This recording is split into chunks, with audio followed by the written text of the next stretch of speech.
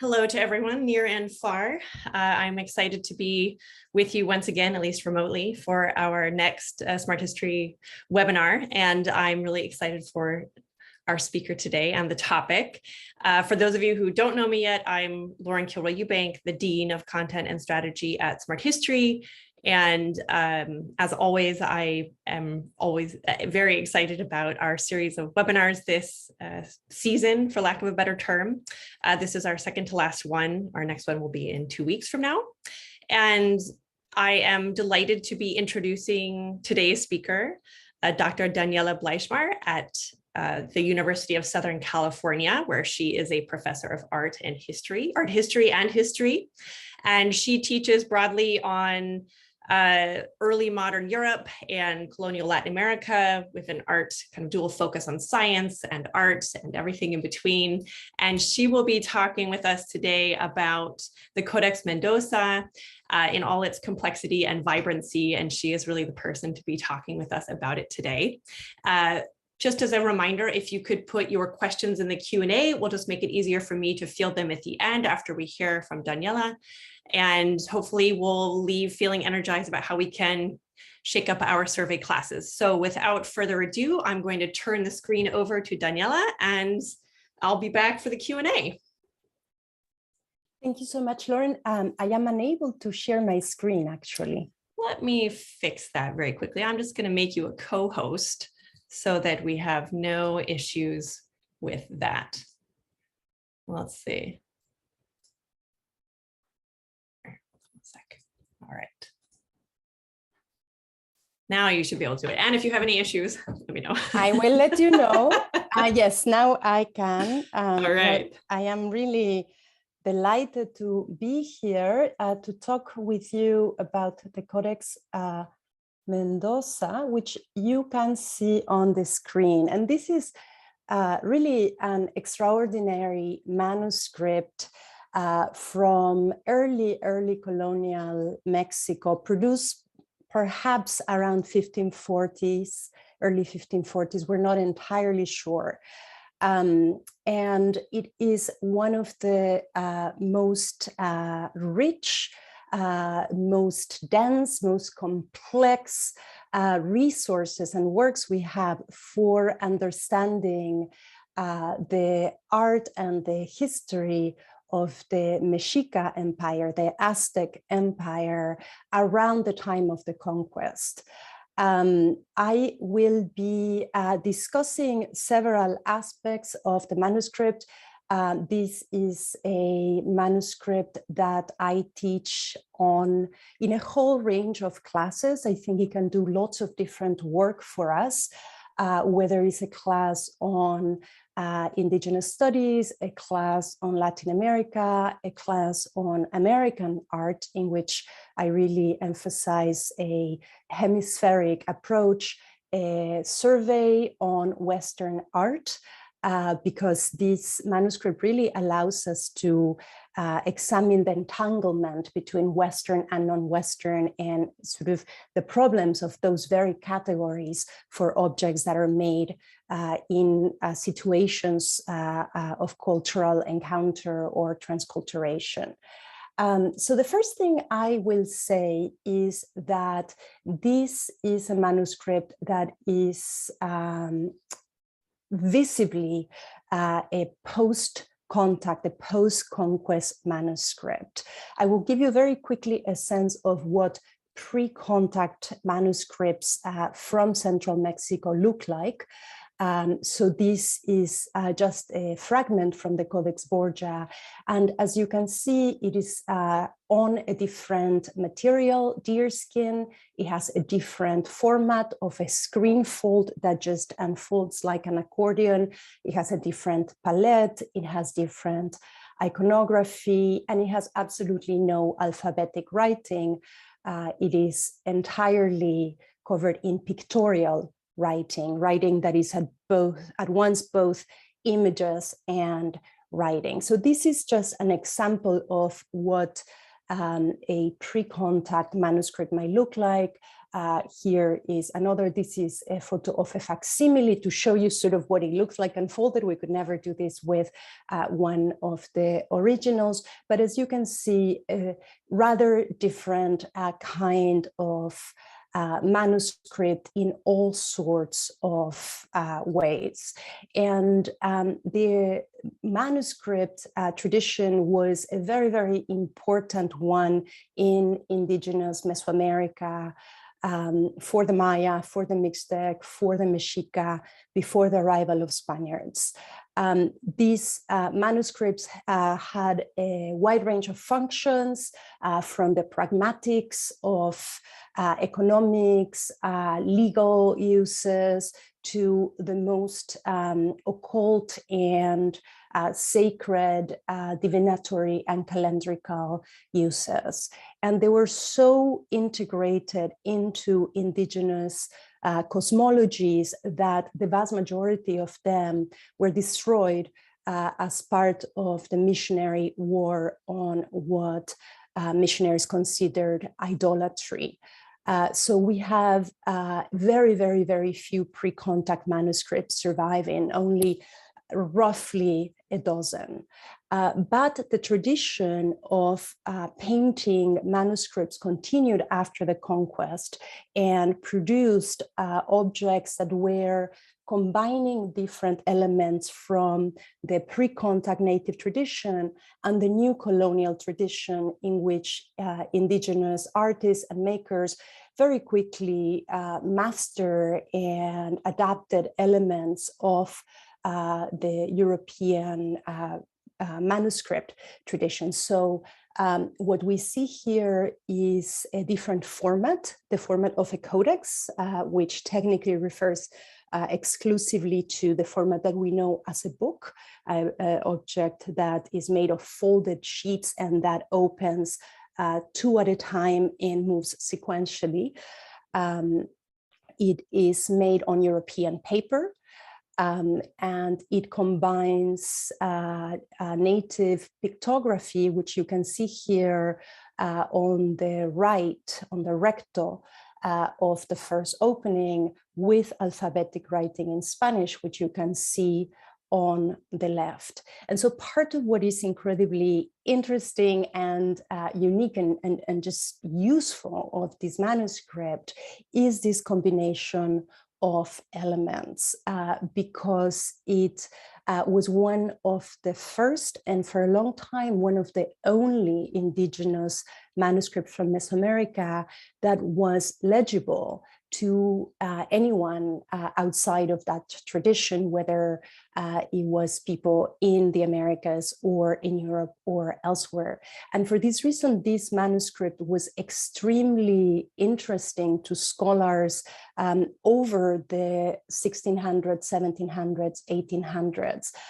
As far as I know, it was the single most studied and most reproduced non-Western object in all of Europe until the second half of the 19th century. So for hundreds of years, it was the only source on indigenous history, indigenous life, made by indigenous people that was interpretable and widely circulated.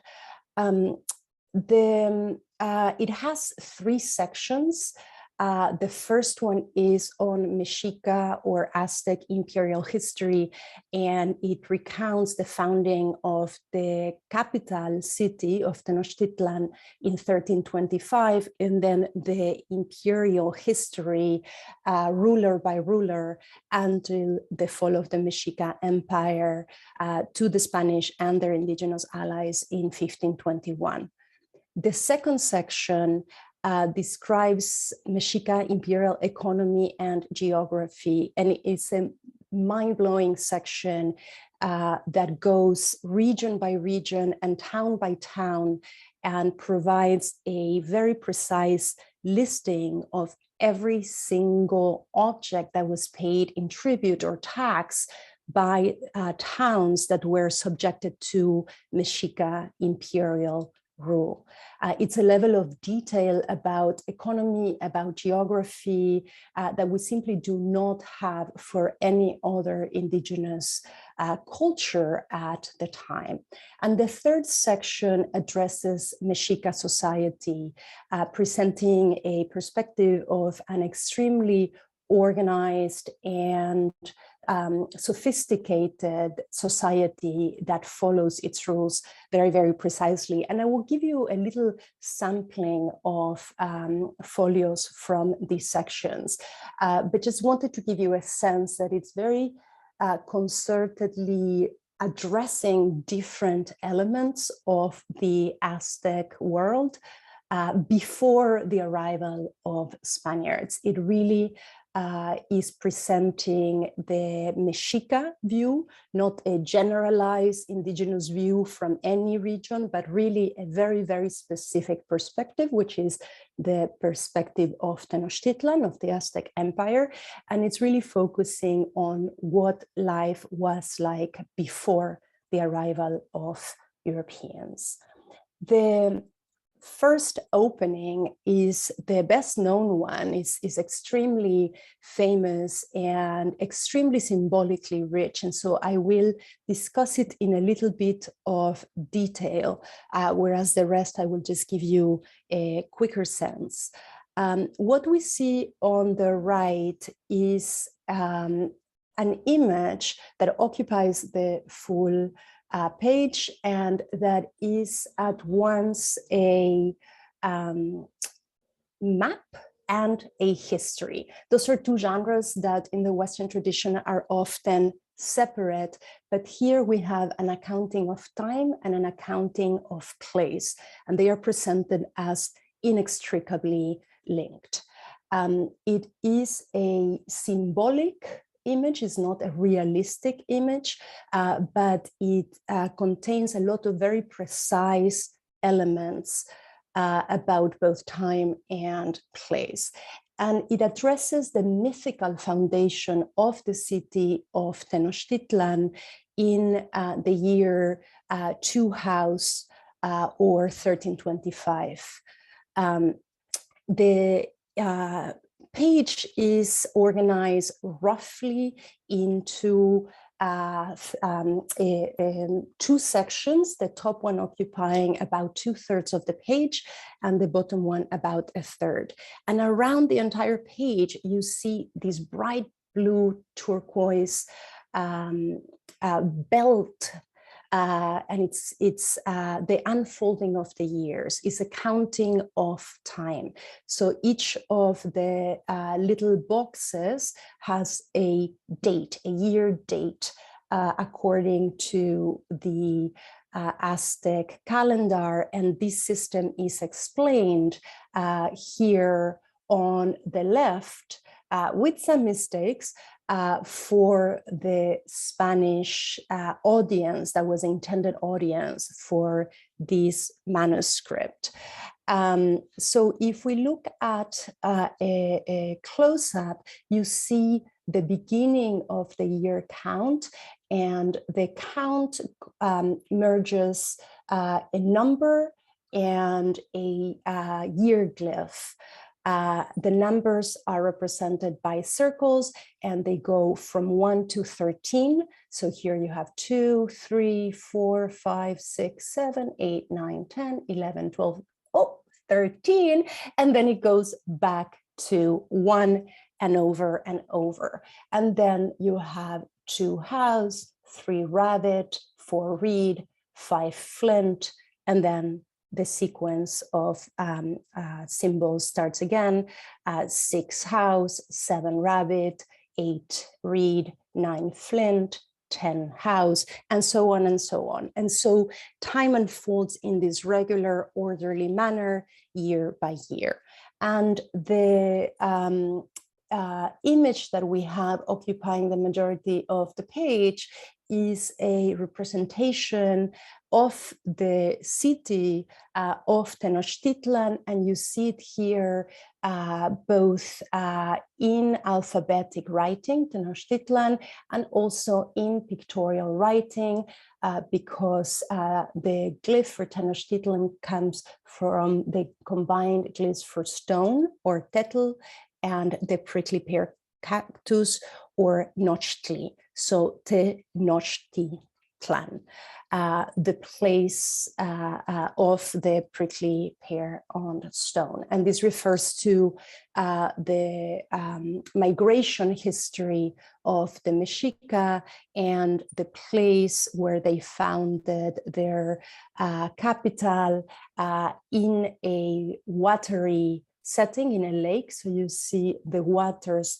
bounding the soil and the crisscrossing of the waters in this highly symbolic figure. And then you see the 10 founding, the ruler, Tenoch, the first ruler, and then the other founding figures, each of them characterized both through the alphabetic writing of their name and the pictorial writing of their name.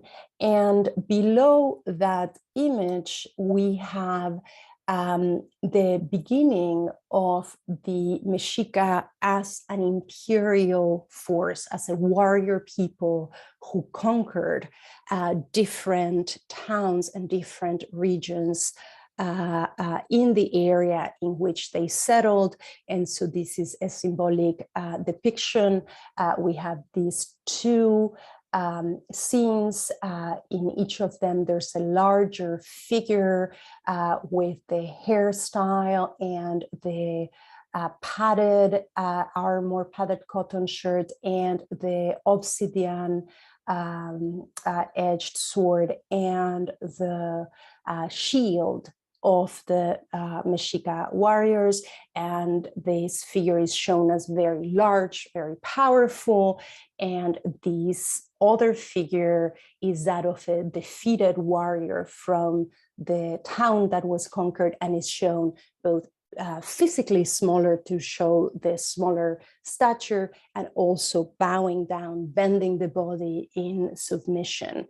And then we have the glyph of a burning temple, which signifies conquest, and then the name glyph for the towns, which are also annotated, they're glossed in Spanish writing: Colhuacan, Pueblo, the town of Colhuacan, and Tenayucan, Pueblo, the town of Tenayucan. So we have this highly symbolic beginning of the manuscript, with the beginning of the Mexica or Aztec people, the beginning of their mythical foundation that combines both time and place, and the setting of the island city of Tenochtitlan. And as you can see, there's this extensive Spanish commentary.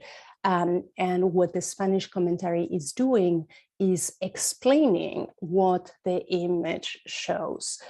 So we know that the composition of the manuscript was that first the paper was given to indigenous painters who covered pages with pictorial writing about the history, about the economy, about the life of the Aztecs. And then those images, according to the indigenous use of pictorial manuscripts, were accompanied by a spoken narrative in Nahuatl, and then a court scribe, fluent, a Spaniard fluent in Nahuatl, translated the spoken Nahuatl, and then, sorry, a court interpreter, not a court scribe.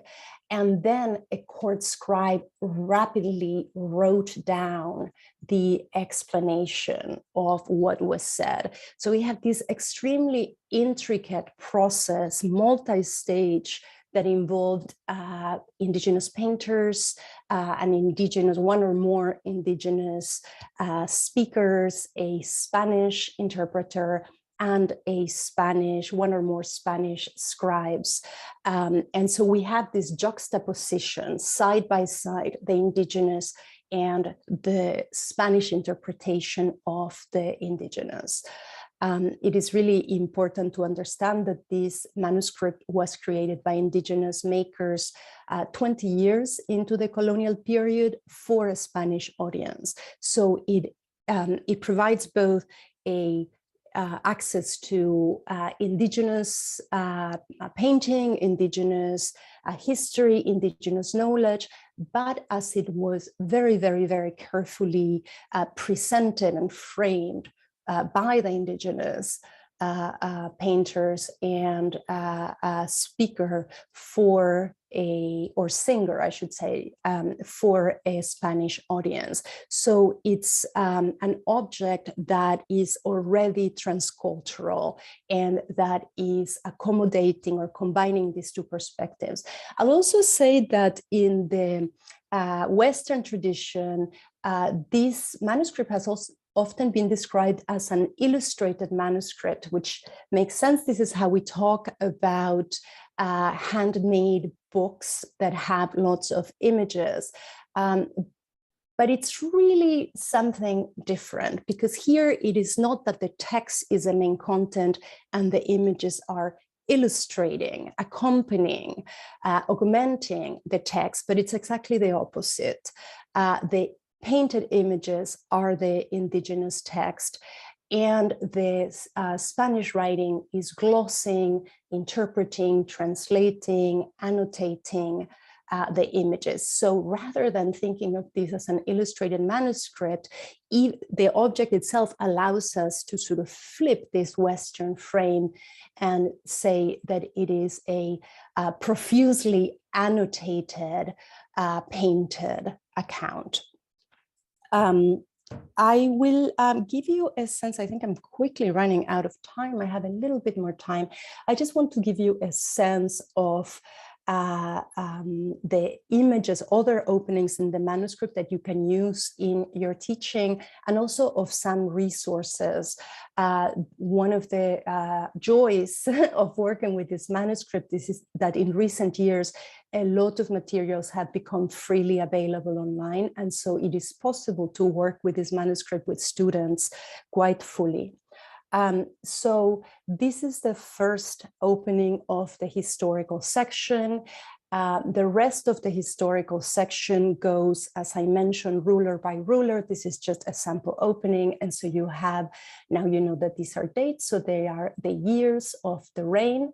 You always have the ruler shown in profile, wearing the turquoise diadem of the Tlatoani, the ruler of the Mexica Empire.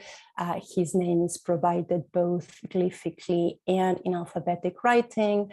And then, as you already know, this is the accounting of the towns that were conquered by the Mexica during the rule of this emperor, this Tlatoani. So one by one, the accounting of the military conquest of the Mexica. So it's very much a military history that goes ruler by ruler, town by town, tracing the spread, the growth in power of this military empire. The second section is the economic history of the empire. And we have on the left margin from top to bottom, and sometimes following along the bottom margin, one by one, the towns in a certain region, and these towns correspond to towns that are shown in the first region as being conquered. And then we have these wonderfully detailed, vividly colored, minutely detailed lists of the objects and amounts that these towns paid. So we see here these elaborate textiles. We see warriors' uniforms made of feathers. We see golden adornments, golden jewelry, feathers, a very prestigious material for making luxury garments. And here, for example, loads of cacao.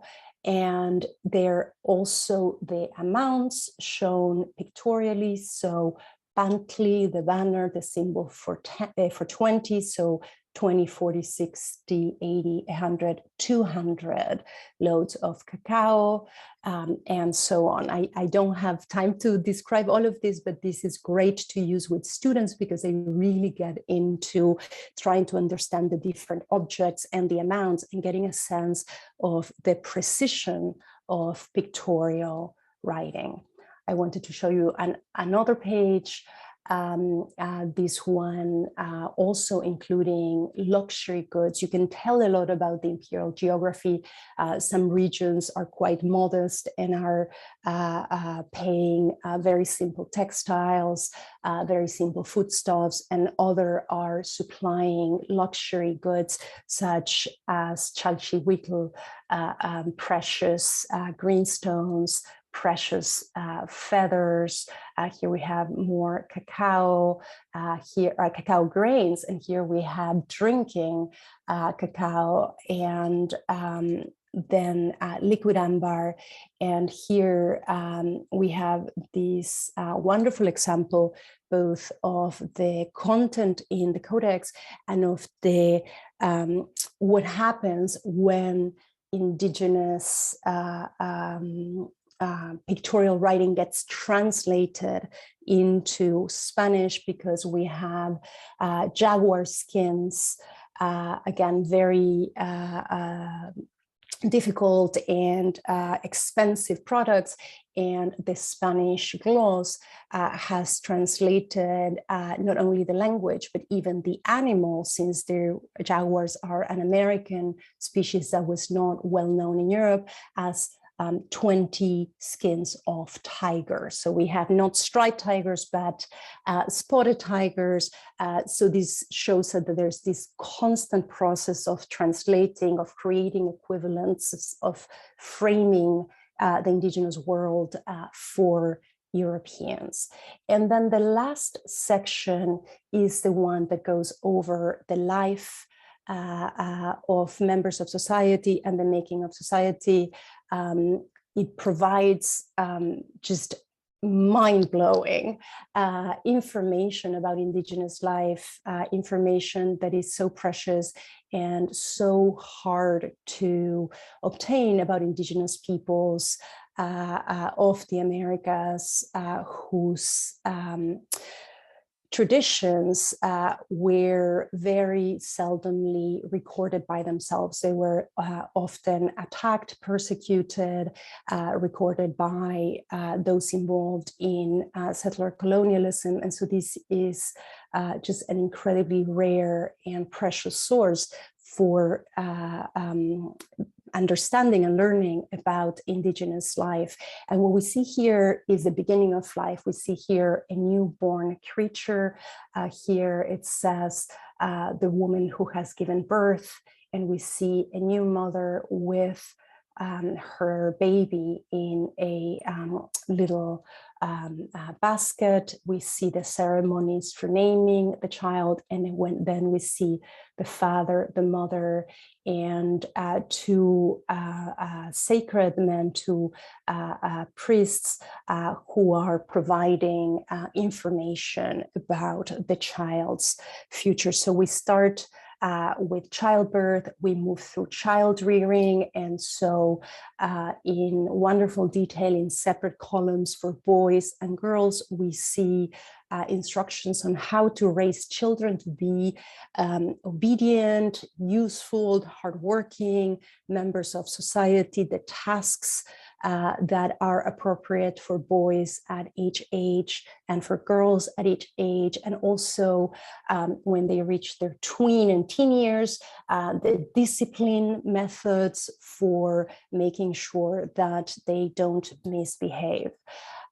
This goes childhood through age 14, and then at age 15, we have this depiction of boys here at top being sent to specialized schools for education as warriors or as priests. And in the bottom, we have a depiction of a wedding scene. We see a 15-year-old woman being married, literally tying the knots of their cloaks, of their capes, with a man. So incredible detail. Other pages tell us about the training in religious schools, in military schools, the different rules for men who are occupied as priests or as warriors, the different groups of warriors and their uniforms. Incredible information. And then a depiction of what is described as the palace of Moctezuma, using a European category of palace, and also a European inflected depiction, because there is a perspectival recession for this architectural depiction, something that is coming from European traditions, not from indigenous ones. For reasons of time, I think I will move to just sharing with you some of the resources that you can use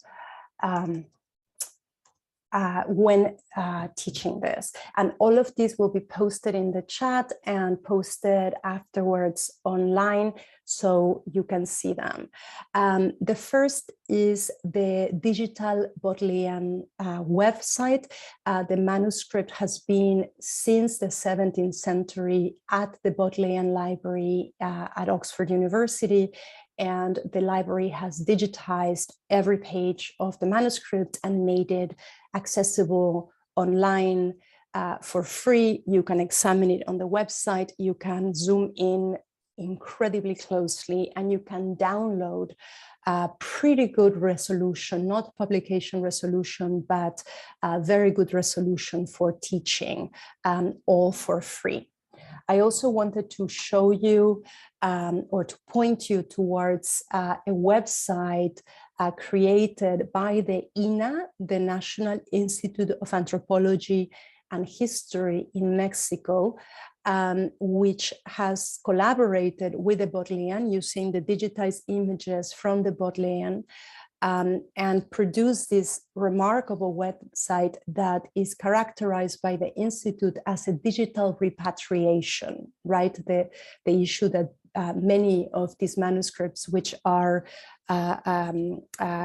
national patrimony, national heritage of the modern nation state, are in European collections.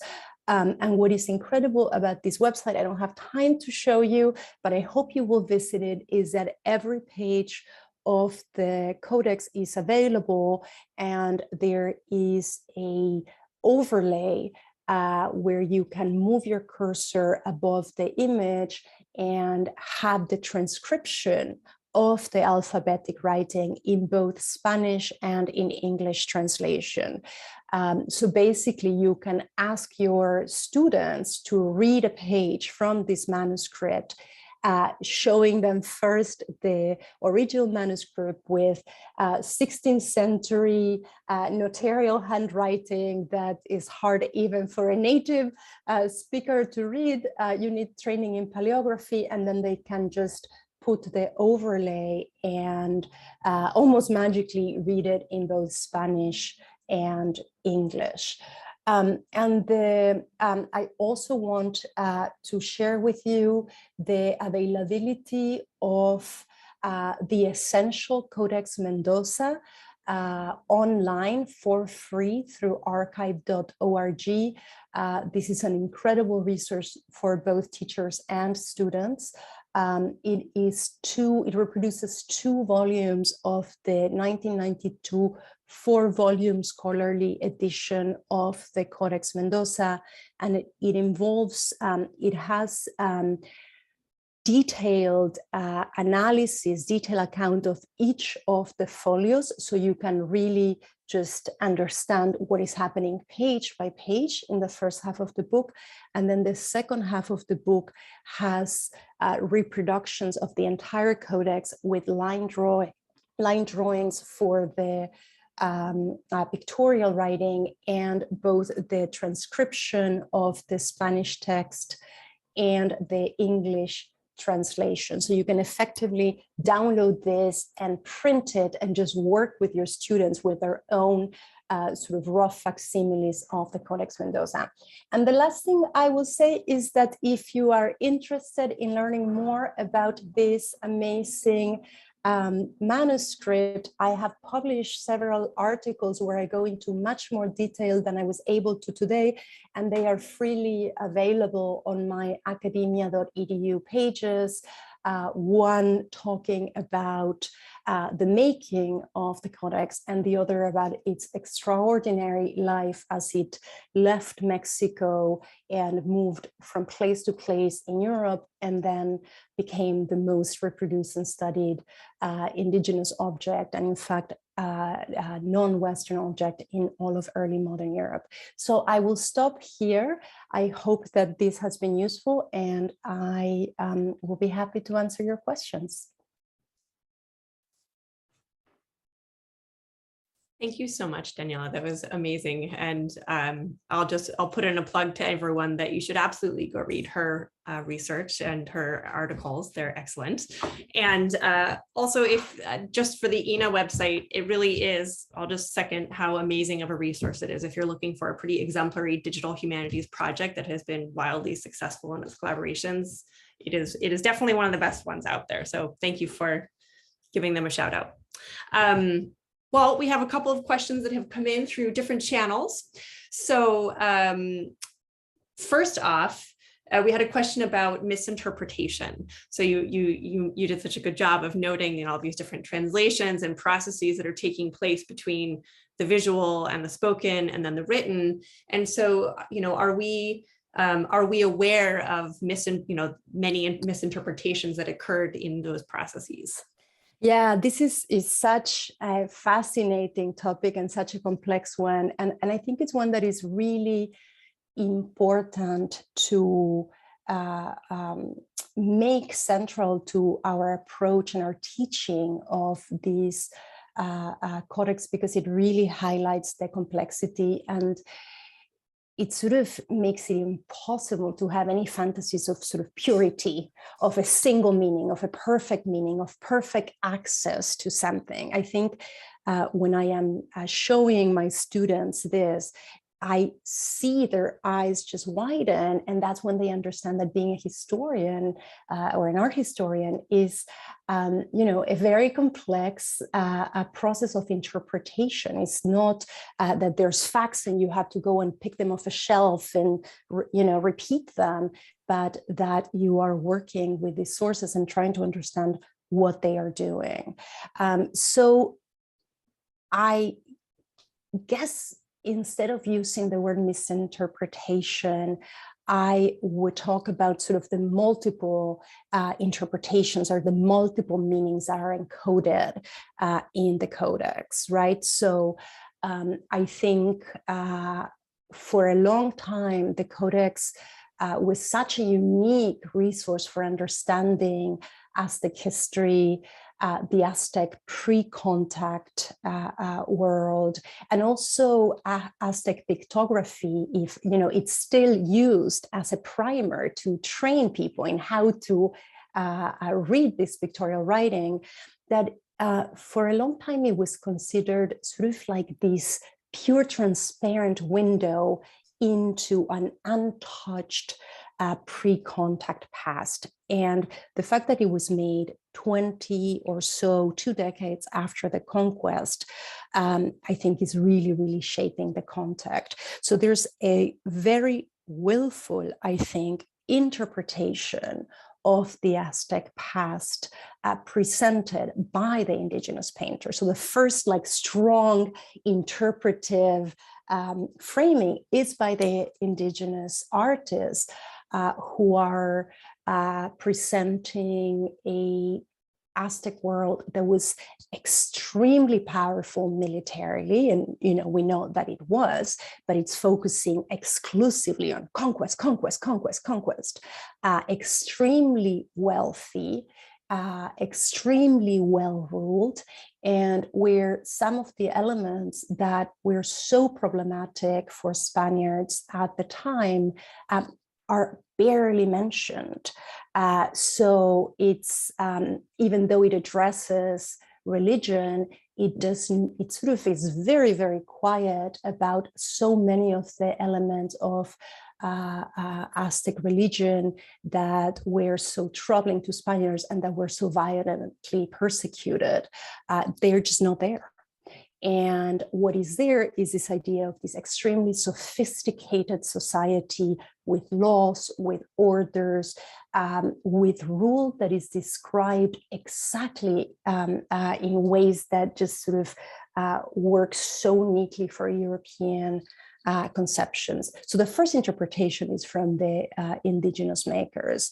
And then there's this constant troubled interpretation by the Spaniards, where they're trying to follow and trying to capture and getting some of the stuff and missing some others. So there's constant, there's corrections. So they initially get many of the dates wrong, and then that's crossed over and corrected and then validated, because this is produced in a legal context, and in a legal document, if you cross something out, you have to validate it. And so at the bottom it says, oh, we got this wrong, we crossed it out, it's corrected, it's good.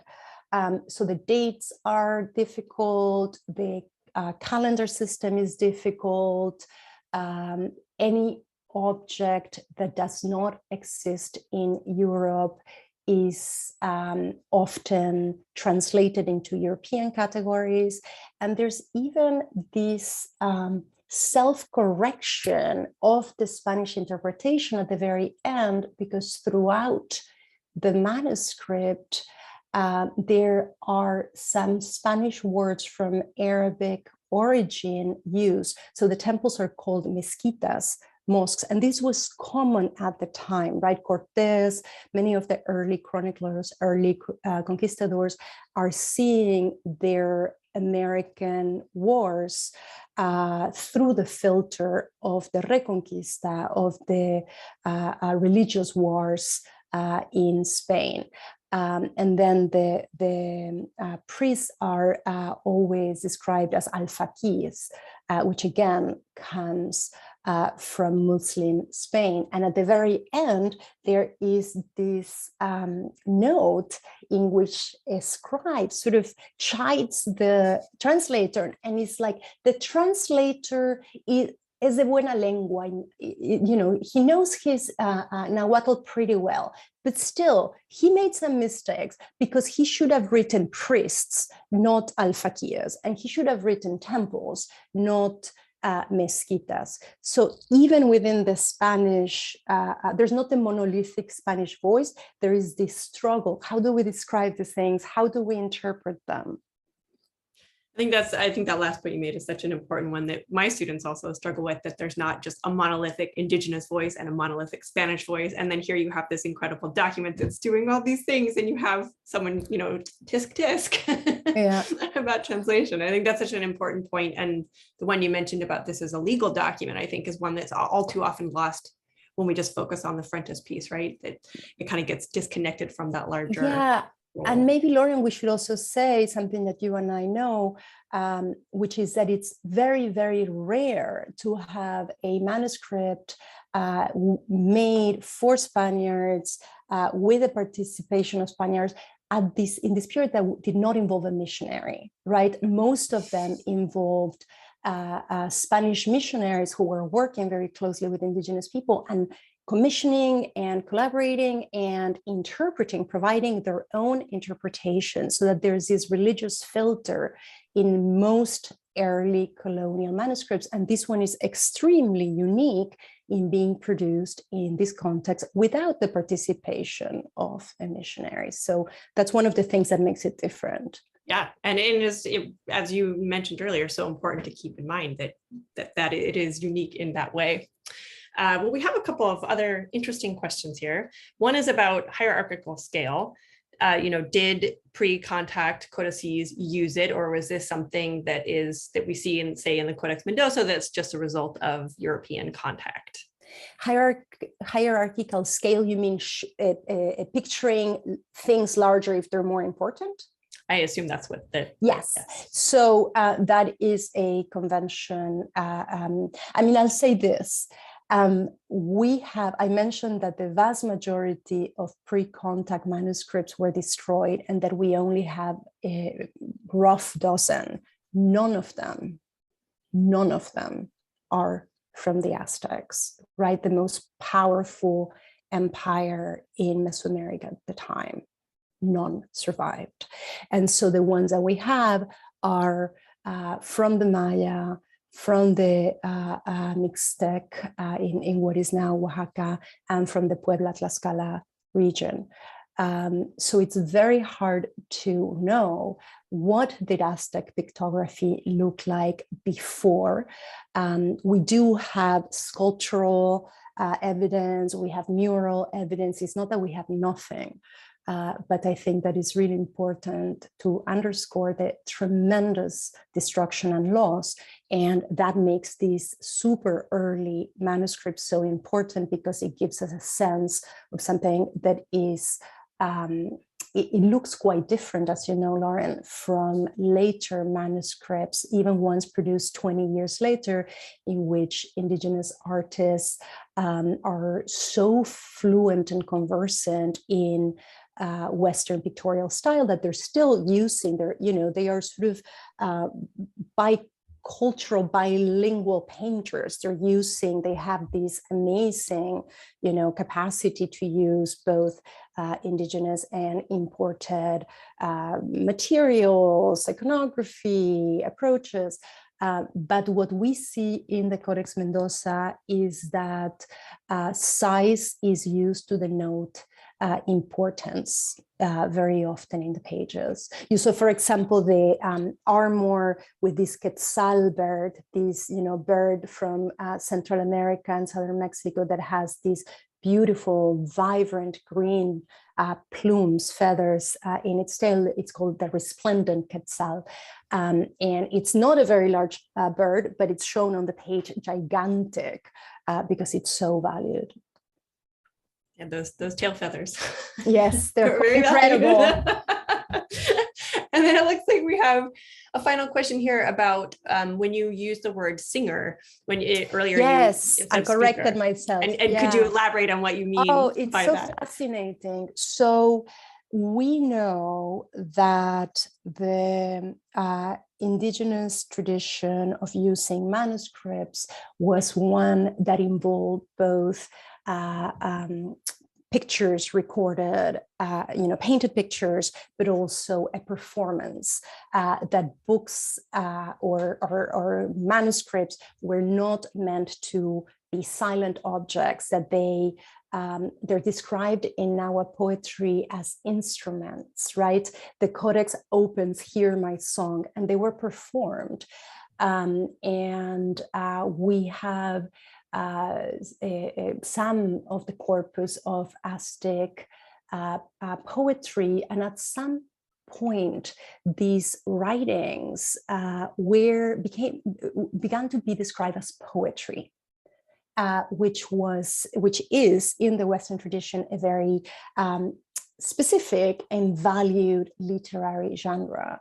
And more recently, scholars have argued that that is a mistranslation and misinterpretation, because these were not read but chanted song, that there was a performance.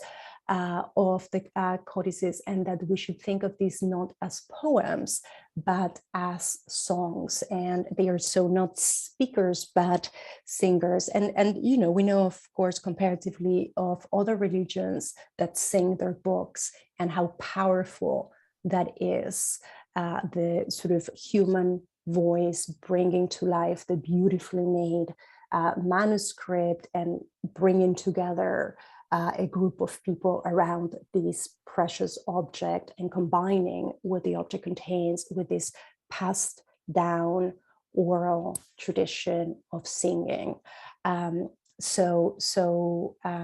A very, very different take on sort of the activation of a manuscript through performance than when you think about this, you know, oral interpreter from a legal court, right? Interpreting things as if they were like bare facts, and then this legal scribe going, you know, 400 plumes red, 400 plumes green. It's just such a different understanding of what a manuscript is. But I think that the Mendoza preserves such richness about the painting, but also the culture of the Aztec world, and created at a time when that world had gone a horrifying experience of devastating war and conquest, and epidemics that had devastated the population. So it's a manuscript that is rich not only because it's an amazing historical source, it's a beautiful art object, but because it's a testimony about the past that emerged at a time of such pain and loss and reinvention. It's so true, and resiliency, right, in the face of such kind of horror and trauma. Well, thank you so much. This has been wonderful, and I have no doubt will be very helpful to folks who are hoping to, again, shake up their survey and think about even how we use the term illuminated manuscript, maybe think, you know, complicate that even in this context. So thank you so much, Daniela. And for everyone who is watching, we will make all those resources available online on Smart History so that you can easily find them. And I, again, highly recommend that you check them all out. And for now, we'll say goodbye. And if anyone has lingering questions, please feel free to go and post them in the Smart History comments on Facebook, or send us an email and we can follow up with Daniela. Thank you so much, Lauren. Thank you for the invitation, and thank you. I just want to say the work that you and your colleagues at Smart History are doing is so important and so useful. So thank you. Thanks all around, everyone. Thank you. Have a great day, everyone. And